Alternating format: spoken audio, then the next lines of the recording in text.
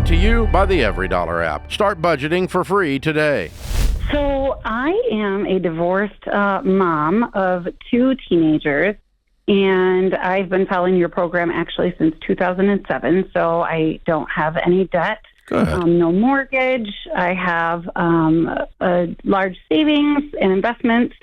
I currently own a home worth about $600,000, and my boyfriend of 2 years recently just moved in January, and things have been going fantastic. However, we are looking at purchasing a home, and we're just trying to figure out how to navigate that. So, because I don't have debt. What's wrong with the house you're in? It's 5,500 square feet, and I'm looking at a 900 square foot home right now. 900? Yes. Okay. And it's like a weight lifted off my shoulders thinking about that. So Wow. I'm anxious just to have something that's, he and I, and smaller and manageable. Mm-hmm. Where are your kids going to live? Currently, they live between my ex-husband and I. They're 13 and 16. Mm-hmm. And you're going to put 2 teenagers in a 900 square foot house after they're used to living in a 5,500 square foot house? Yes. So the 900 square foot house is going to have a small addition on it. It currently has 2 bedrooms and 1 bath. We would do an addition of 1 master bedroom and another bathroom. Oh, so it won't be 900 feet anymore? Yes, correct. Okay. And what will that cost? All in. So the home right now is about $200,000, and it's about $250,000 for renovations. Okay. Okay, I'm okay if you want to do this. If I were your older brother and you called me and said, should I do this? I'm okay with you doing it. There's absolutely zero need for your boyfriend to be involved, legally or financially. If he wants to be involved legally or financially, he needs to be a husband. Yes, and that is something we are talking about. Well, then do that first. Let's get stuff in the right order. Don't buy a house with somebody and put your name on a deed with somebody you're not married to. That is a freaking nightmare. Yeah, that's not the plan. That's not the intention. It would be under my name. But that's what I'm wondering. How do we navigate the financial piece of bills, of taxes, of renovation, those kinds of things? You're going to own it, and you're going to pay for it all. And it's going to be your house. And then if he leaves, it's not a problem at all. Unless he's your husband. Okay. You do this deal because it's a good deal for you. He moved in 3 weeks ago. He does not get to own the house.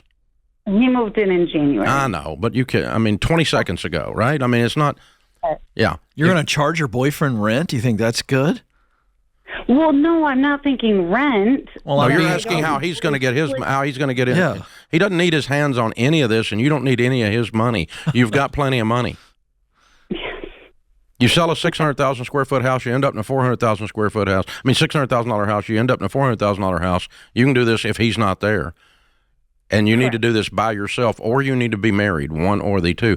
Because here's what happens. You split up. Now you got to tear all this apart. And guess what? You're going to end up selling this house and moving again just to get the mess cleaned up because you formed a partnership legally. It's a disaster. So that's not really any of my question. My plan I thought you asked how to navigate doing this with your boyfriend. I just told you don't. No, I'm sorry. So not doing it with him on the deed or anything like that, but him living with me essentially in that home. Yeah, and you asked how does he pay his expenses? I'm sorry. So what is it you want to know about him living in the home? We must be missing something. So do we split monthly expenses? How? What does that look like? What is your suggestion with that? That's completely up to you guys. Whatever you guys want to work out. You're roommates. Okay. So that's why it's much better to be married. Then you don't have to fight over the dadgum who used the mustard. Okay. You just fight over who left the refrigerator door open, but not who uses the mustard, right? So. Right. Yeah, whose mustard is that anyway? That's what happened in college with your roommate. It just doesn't make sense. Don't do it. When we do get married. When you do get married, it's all one. Yeah. We all own. It's yours. There is no yours and mine. It's ours. But until you're married, you have a roommate. Okay. And that's why it's not recommended, because it's very difficult to navigate emotionally, relationally, and everything else. The number of couples that far exceed the couples that are married financially, the data tells us, the actual research tells us, the couples that are married far exceed in their wealth building and their careers the couples that are shacking up. Mm-hmm. The numbers are undeniable. There's no question about it. And yet, today in America, more people live together that aren't married than are. So there's more shack-ups than marriages in America today.